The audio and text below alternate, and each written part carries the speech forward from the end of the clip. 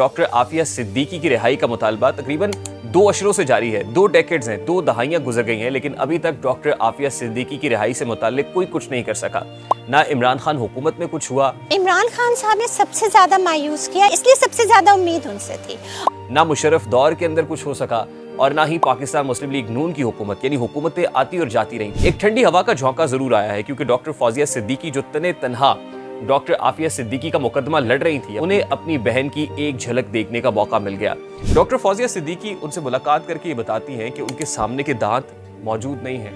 यकीनन ज़ेरे हिरासत जो तशद्दुद हुआ, वो उनके दांत भी ले गया, वो उनकी याददाश्त भी ले गया कि सर पे कोई गहरी चोट आई जिसकी वजह से वो एक ट्रॉमा के अंदर है। अमेरिका जिसको पाकिस्तान के अंदर ह्यूमन राइट्स वायलेशन का बहुत दर्द उठता है, बहुत तकलीफ होती है और आजकल भी हो रही है, खासतौर पे ज़ल्मे खलीलजाद जैसे लोग जो ट्विटर हैंडल के ऊपर ट्वीट्स करते हैं कि इमरान खान के साथ और उनकी पार्टी के साथ जो लोगों को उठाया जा रहा है, ज़्यादती हो रही है, पॉलिटिकली विक्टिमाइज़ किया जा रहा है, डेमोक्रेसी की सिचुएशन बड़ी मखदूश है, तो क्या अमेरिका को अपनी ह्यूमन राइट्स वायलेशन नज़र नहीं आती? क्या इस टॉर्चर के बाद आपने क्या गेन करना है? अब भी आपको ख़तरा है कि वो कोई दहशतगर्द है, अब भी आपको खतरा है कि आपकी इंटेलिजेंस इन्फॉर्मेशन कहीं ना कहीं शेयर हो जाएगी। अस्सलाम वालेकुम मेरे सादा से पाकिस्तानियों, मेरा नाम रेहान तारिक है और आप मेरा यूट्यूब चैनल और फेसबुक पेज देख रहे हैं। अमरीकी कैद में डॉक्टर आफिया सिद्दीकी की रिहाई का मुतालबा तकरीबन 2 अशरों से जारी है। 2 डेकेड्स हैं, 2 दहाइयां गुजर गई हैं, लेकिन अभी तक डॉक्टर आफिया सिद्दीकी की रिहाई से मुताल्लिक कोई कुछ नहीं कर सका। ना इमरान खान हुकूमत में कुछ हुआ, ना मुशर्रफ दौर के अंदर कुछ हो सका और ना ही पाकिस्तान मुस्लिम लीग नून की हुकूमत, यानी हुकूमतें आती और जाती रहीं। पाकिस्तान पीपल्स पार्टी का दौर भी गुजरा, अब 13 जमातों पर मुश्तमिल एक हुकूमती इत्तेहाद भी बरसर इक़्तिदार है, लेकिन डॉक्टर आफिया सिद्दीकी की रिहाई से मुताल्लिक हुकूमती सतह पर अभी तक कोई इक़दामात नहीं हुए। एक ठंडी हवा का झोंका जरूर आया है, क्योंकि डॉक्टर फौजिया सिद्दीकी जो तने तनहा डॉक्टर आफिया सिद्दीकी का मुकदमा लड़ रही थी, अपनी बहन को पाकिस्तान में देखना चाहती हैं, अमरीकी हिरासत से बाजियाब कराना चाहती हैं, बिल आखिर उन्हें अपनी बहन की एक झलक देखने का मौका मिल गया। 29 से 31 मई तक डॉक्टर आफिया सिद्दीकी से मुलाकात की सबील हुई और इसके लिए बहुत बड़ा रोल प्ले किया जो ब्रिटिश ह्यूमन राइट्स एक्टिविस्ट और लॉयर हैं क्लाइव स्मिथ, जिनकी मौजूदगी में डॉक्टर फौजिया सिद्दीकी की गुज़श्ता रोज़ डॉक्टर आफिया सिद्दीकी के साथ मुलाकात हुई है। इस मुलाकात का अहवाल बयान करते हुए सेनेटर मुश्ताक अली, जिनका ताल्लुक जमात इस्लामी से है, बड़े सीजन्ड पॉलिटिशियन है, लेजिस्लेशन पे बहुत उनका बड़ी ज़ोरदार आवाज़ रहती है पार्लियामेंट में, वो अपने ट्विटर हैंडल पर ये लिखते हैं कि जब डॉक्टर फौजिया सिद्दीकी की डॉक्टर आफिया से मुलाकात हुई तो ये मुलाकात का मंजरनामा कुछ ऐसा था कि दरमियान में एक मोटा सा शीशा था।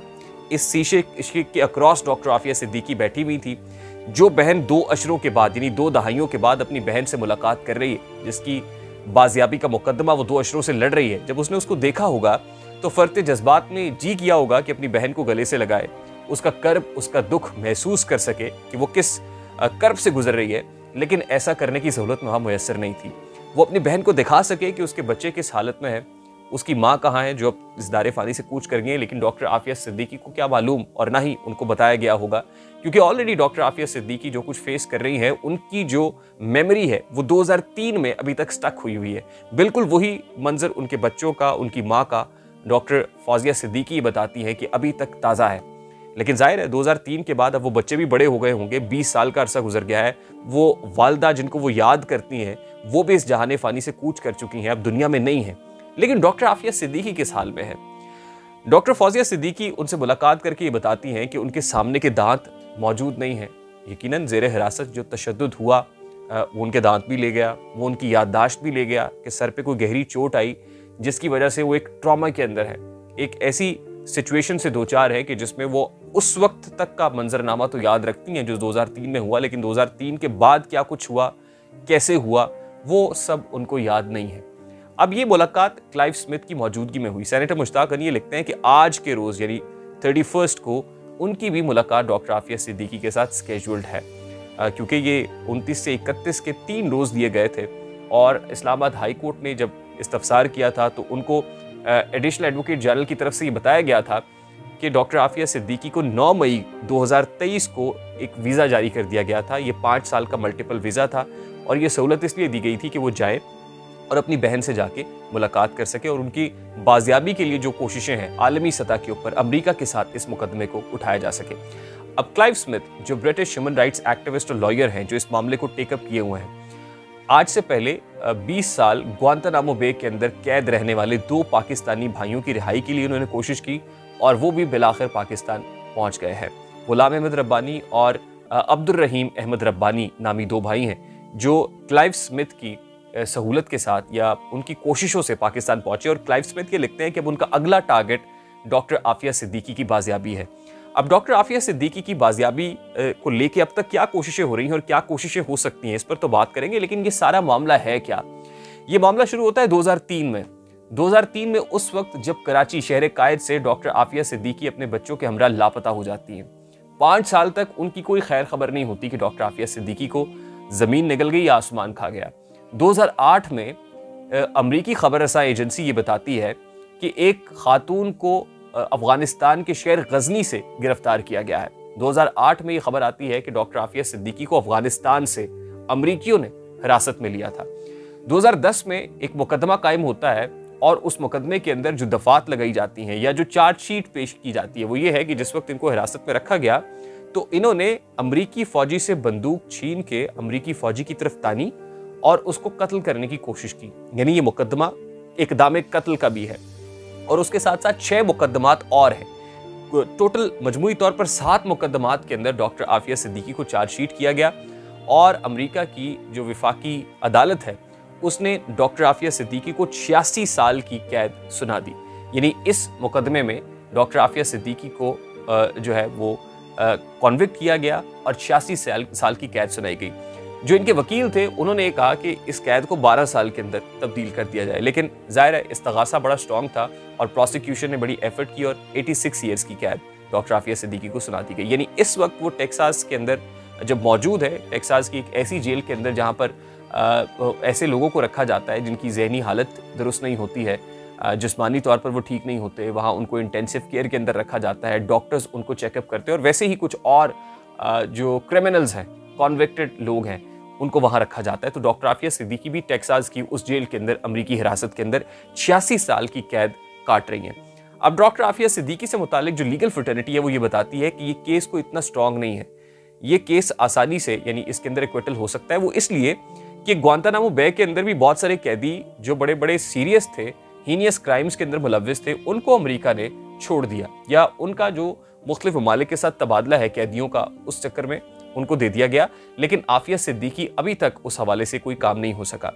अब हुकूमती सतह पर क्या हो रहा है ये बड़ा इंटरेस्टिंग है। आफिया सिद्दीकी का इस सारे केस से क्या लेना देना है? शेख खालिद जो 9/11 के मास्टरमाइंड थे, 2003 में जब वो मारे गए तो उसके बाद आफिया सिद्दीकी को अमरीकियों ने हिरासत में लिया था। लेकिन अब इतने साल गुजरने के बाद उसामा बिन लादेन जो अलकायदा के बानी है वो भी मौजूद नहीं है, ऐमन अज़-ज़वाहिरी भी मारे गए, इवन पाकिस्तानी उस वक्त जो प्रेसिडेंट मुशर्रफ हैं, क्योंकि मार्शल एडमिनिस्ट्रेटर थे, उनके दौर में ये सब कुछ हुआ था और अमरीकियों को एक्सेस दी गई थी, जो बेड़े हैं, जो फौजी अड्डे हैं वो भी दिए गए थे और जो फ़ज़ाई बेड़े हैं वो यहाँ से फ्लाई करने की इजाज़त भी दी गई थी, ड्रोन अटैक्स भी हो रहे थे और हमने सबसे पहले नारा लगाया था कि सबसे पहले पाकिस्तान।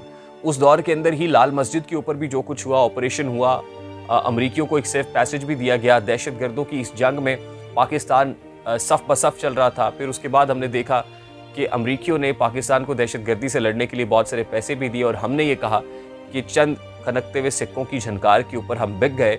ऐसे में उस दौर में जो कुछ हो रहा था, आफिया सिद्दीकी को जब उठाया गया, क्योंकि आफिया सिद्दीकी का एक बैकग्राउंड है, ये इन्होंने डिग्री भी 1991 में अमेरिका में तालीम शुरू की और उसके बाद यहीं पर सुकूनत पजीर भी हो गई, कुछ अर्सा काम भी किया। 1991 से लेके 2002 तक ये अमेरिका में रही और अमेरिका को बड़े करीब से जानती थी। और उसके बाद जब पाकिस्तान पहुंची, पाकिस्तान से इनको उठाया गया, जाहिर है अमेरिकन इंटेलिजेंस एजेंसीज इनका भी पीछा कर रही थी। खैर, मुशर्रफ गवर्नमेंट में कुछ होता ये तो सोचना भी इम्पॉसिबल है, क्योंकि मुशर्रफ दौर में ही तो ये सब कुछ हुआ कि ये कैदी यानी दहशतगर्द बना के अमेरिका के हवाले किए गए। उसके बाद मुशर्रफ गवर्नमेंट चली जाती है, रिजीम चेंज होती है, 2008 का इलेक्शन होता है और 2008 में पाकिस्तान पीपल्स पार्टी की हुकूमत आ जाती है। पंजाब में पाकिस्तान मुस्लिम लीग नून होती है, लेकिन आफिया सिद्दीकी का मुकदमा जो है वो बड़ा ही कमज़ोर होता है, यानी उस मुकदमे को पाकिस्तानी हुक्काम की सतह पर टेकअप नहीं किया जाता है। जो डॉक्टर फौजिया सिद्दीकी हैं वो अपने तौर पे जो ह्यूमन राइट्स एक्टिविस्ट, इंसानी हुकूक की तंजीमें हैं उनको मोबिलाइज़ करती हैं, रैलियाँ निकालती हैं, यहाँ भी पकड़ धकड़ होती है, इनको रोकने की कोशिश की जाती है। 2013 में फिर पाकिस्तान मुस्लिम लीग नून की गवर्नमेंट आती है, लेकिन इस हवाले से कन्वेंशंस तो होते हैं, कॉन्फ्रेंसेस तो होती हैं। जमात इस्लामी जैसी जमातें या दीगर जो दीनी मजहबी जमातें हैं वो डॉक्टर आफिया सिद्दीकी, क्योंकि हमारे यहाँ एक एंटी अमेरिकन सेंटिमेंट है, जब जब हम अमेरिका को गाली देते हैं साथ ही हम इस केस का भी जिक्र करते रहे हैं, लेकिन कोई ख़ास खातिर खा कोशिश नहीं होती है। 2019 में पाकिस्तान तहरीक इंसाफ के चेयरमैन और वज़ीर आज़म पाकिस्तान इमरान खान जब अमेरिका जाते हैं तो डॉक्टर शकील आफरीदी की बात की जाती है। डॉक्टर शकील आफरीदी वही हैं जिन्होंने उसामा बिन लादेन को पकड़वाया था और फिर पता चला था कि एबटाबाद के एक कंपाउंड से उसामा बिन लादेन को गिरफ्तार किया गया और डॉक्टर शकील आफरीदी उस कंपाउंड के बड़ा करीब थे और असिस्ट कर रहे थे उनको, और ऐसे में उन्होंने अमरीकियों को ये इंटेलिजेंस इंफॉर्मेशन शेयर की थी। तो डॉक्टर शकील आफरीदी अमरीकियों को मतलूब थे, पाकिस्तानी जेल के अंदर, पाकिस्तानी कस्टडी के अंदर हैं। ये कहा गया कि कैदियों यानी डॉक्टर शकील आफरीदी अगर अमरीका के हवाले कर दिया जाए तो डॉक्टर आफिया सिद्दीकी को हासिल किया जा सकता है। और फिर अभी जो वकील हैं क्लाइव स्मिथ हैं, वो भी ये कहते हैं कि जो कैदियों के तबादले के हवाले से अमरीका के साथ अगर कोई अग्रीमेंट हो जाए तो इस तबादले के चक्कर में यानी एक जो मतलूब कैदी है, मुल्जिम है, वो अमरीका के हवाले किया जाए और दूसरे को छुड़ा के ले जाया जाए। ये सबील भी हो सकती है, लेकिन पाकिस्तान के अंदर भी कुछ लोग ये ख्याल करते हैं कि कोई ऐसा एग्रीमेंट नहीं होना चाहिए, बल्कि इंसानी हुकूक के तहत डॉक्टर आफिया सिद्दीकी को उसकी जितनी वो सज़ा काट चुकी हैं वो ठीक, बाकी सज़ा माफ़ कर देनी चाहिए क्योंकि केस इतना स्ट्रॉन्ग नहीं है। लेकिन एक बड़ा सादा सा सवाल है, आज जो इससे पहले भी जो कांग्रेसमैन हैं अमेरिका के, वो डॉक्टर आफिया सिद्दीकी की बात कर चुके हैं और कैदियों की तबादले से मुतालिक बात हुई है। ब्रैड शेरमैन की आजकल बहुत बात हो रही है, वो भी ये मामला पार्लियामान के फ्लोर पर उठा चुके हैं, लेकिन अभी तक इस हवाले से कोई पेशरफ्त नहीं हो सकी है।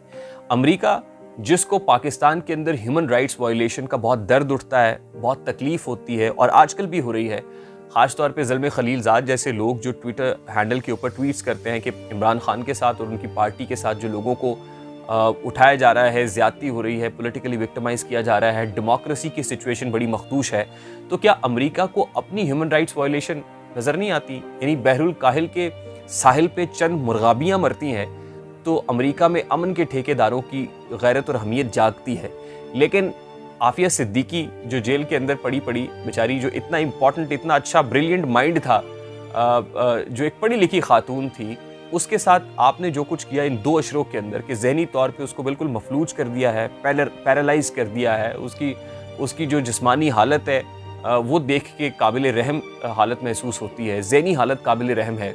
क्या इस टॉर्चर के बाद आपने क्या गेन करना है?